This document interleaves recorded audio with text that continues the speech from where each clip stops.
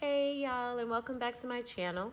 I am going to do a plant tour today. This was originally going to be a cleaning video, but as I was recording, I was like, damn, you got a lot of plants. And people ask me a lot of questions on my Instagram about my plants. So I decided, since spring may come early this year, some of you all may be looking into using plants as decor, or you may have some, or you're a new plant parent, or you're just curious what you'll see in my background as I'm gonna be recording my videos through this year. I'm going to talk about my plants, and I'm also going to talk about some of the home things that I would like to do this year. Hopefully, see those get accomplished. But let's get into it.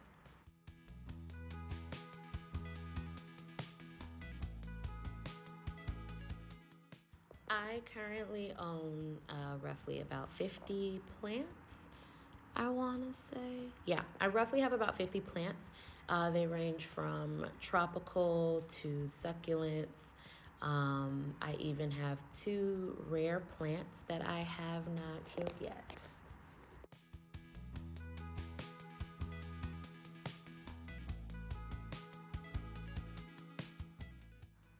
My favorite plant is a pothos, our pothos, and it's honestly pothos of any kind.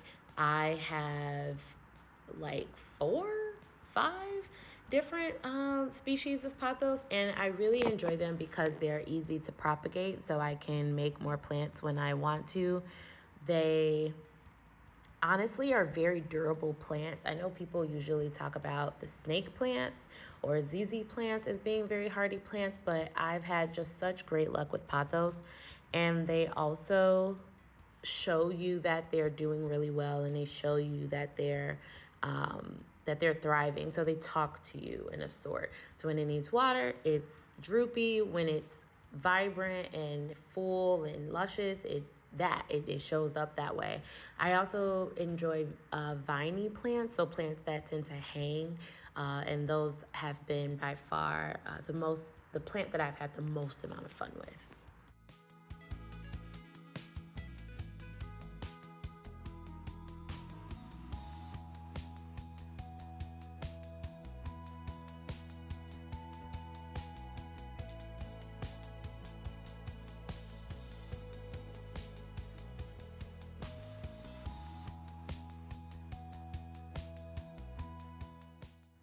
There are a few things that I'm really looking forward to doing in my home this year, and of course, my plants are a part of that, as I use them not only as a therapeutic thing, like, mindfulness, but also as decor.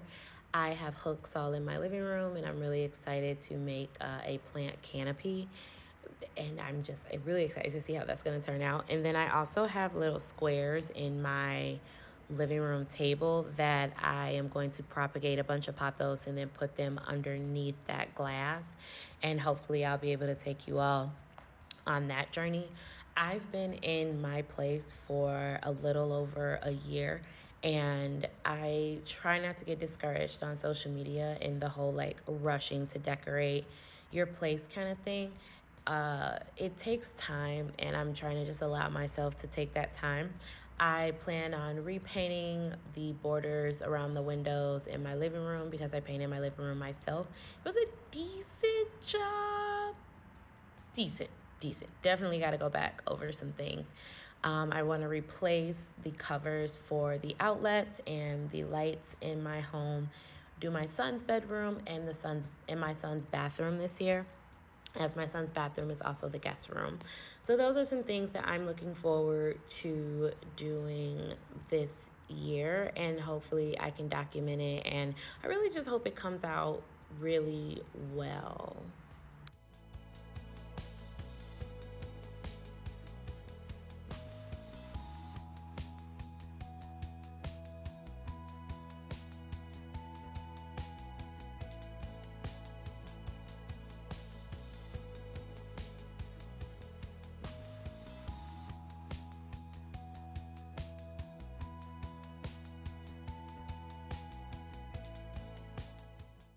When people ask me about plants that they should buy for people or plants that they may want to start having in their home, The first one I always say is pothos. Again, they're a relatively inexpensive plant. You can find them everywhere.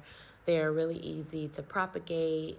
They're really fun. They talk to you. They'll let you know if they're doing good or if they need a little bit of extra support. So pothos is definitely at the top of my list. Next is a ZZ plant. They are absolutely stunning. Very easy to take care of. They thrive in both light and dark conditions, similar to a snake plant or a mother-in-law plant.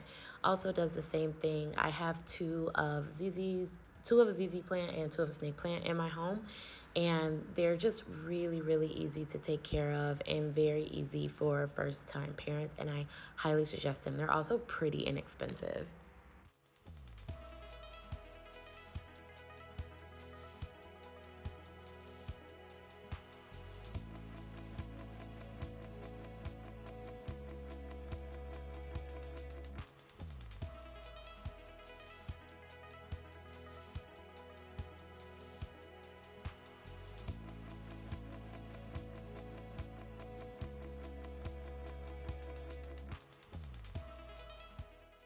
This is probably the number one question that my friends ask me is, help me, I always kill my plants.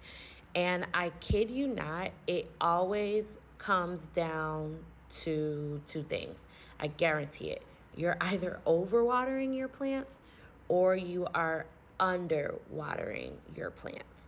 Um, like even my mom has been with plants probably longer than I've been alive, and she doesn't do anything fancy. She does not mix her soil. She does not use fertilizer. I don't think my mom does any of that. All she does is repot her plants.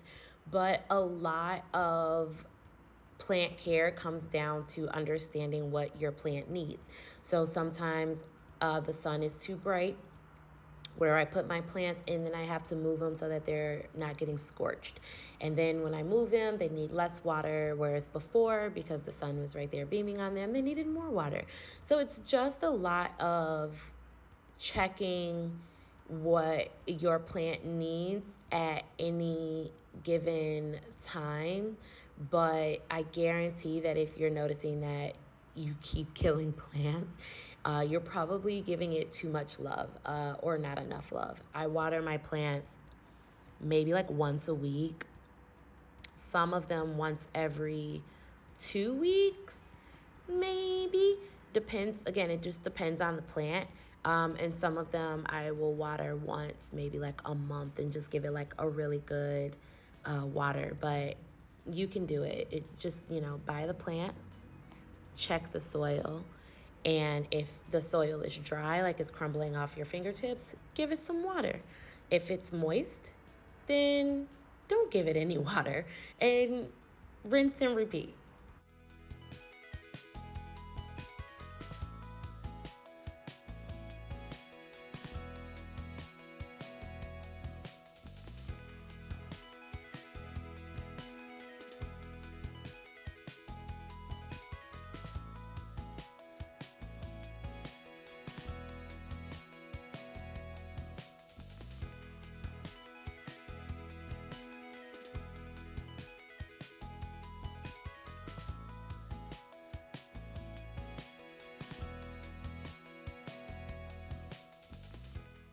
Plants for me have been very therapeutic in the sense that it honestly helps me see how much I'm in my home. I, for some odd reason, I feel like I'm never home. And it's super odd, but having something to take care of here that's, not a pet has been very helpful. Um, it helps me stay grounded. It helps me remember that I can give something a lot of love and a lot of care, and sometimes the environment isn't right and it just doesn't work out. Other times you pour love and care into something and then something beautiful happens and it thrives. I've had a beautiful journey with all of my plants. Some of them are about 3 or 4 years old, some of them are much younger. Um, It's a bond that my mother and I share. So I get to call her and text her with a lot of my plant updates and plant just things. And we'll go plant shopping and stuff like that, which is really fun. I love my home looking like an extension of outside. So in the winter time, it's very helpful because, right, we can't get outside a whole lot. I'm constantly surrounded by a lot of greenery. It does get stressful at times because I do have a decent amount of plants, but also because they die. And if you're trying to overcome like perfectionism or quote unquote doing things right or doing things wrong, having something die on you can be very just like annoying and frustrating. But what I like to remind myself is that I can always go out and buy a new plant. I can always go out and buy a new plant. It doesn't mean anything. I think I've killed 3 or 4 plants this year, and there's like 1 or 2 that look like they're still about to die. And I can now look at it and be like, I tried my best. And then if I want to go get that plant again, I'll just go buy it again. Or I can understand that my environment may not be the best environment for that to thrive. And I try to carry that with me into, everyday life.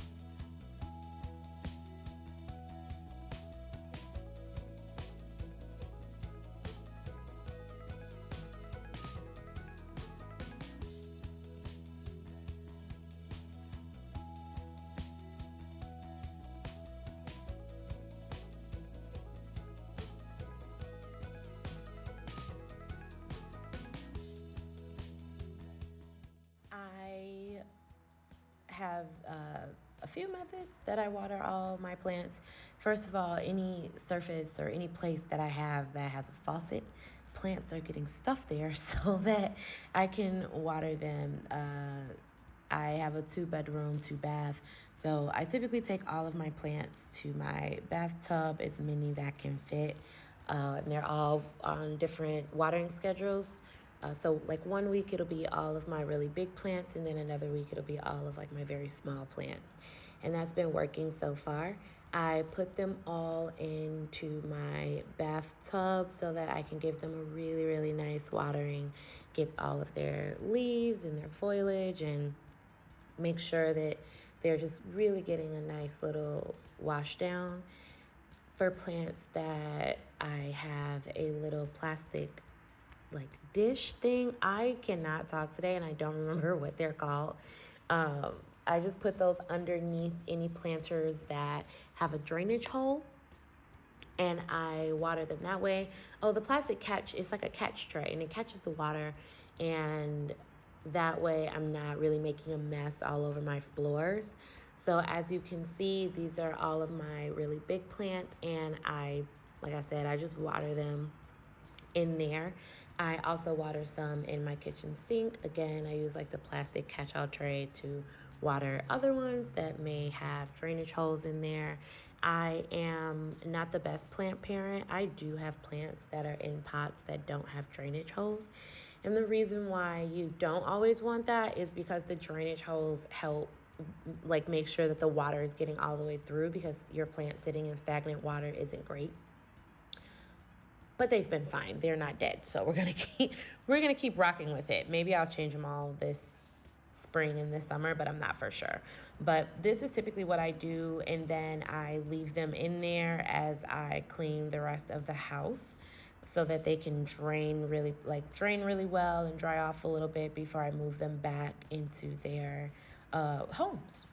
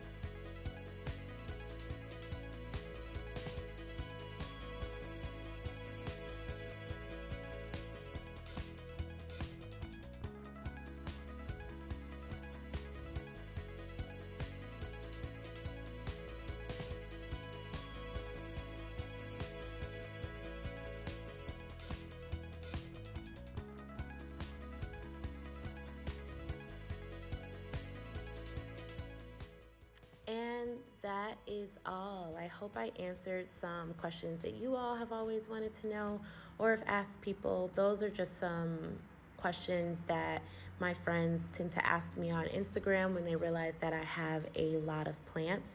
This was a really impromptu video. I was supposed to be recording a cleaning video, which I did.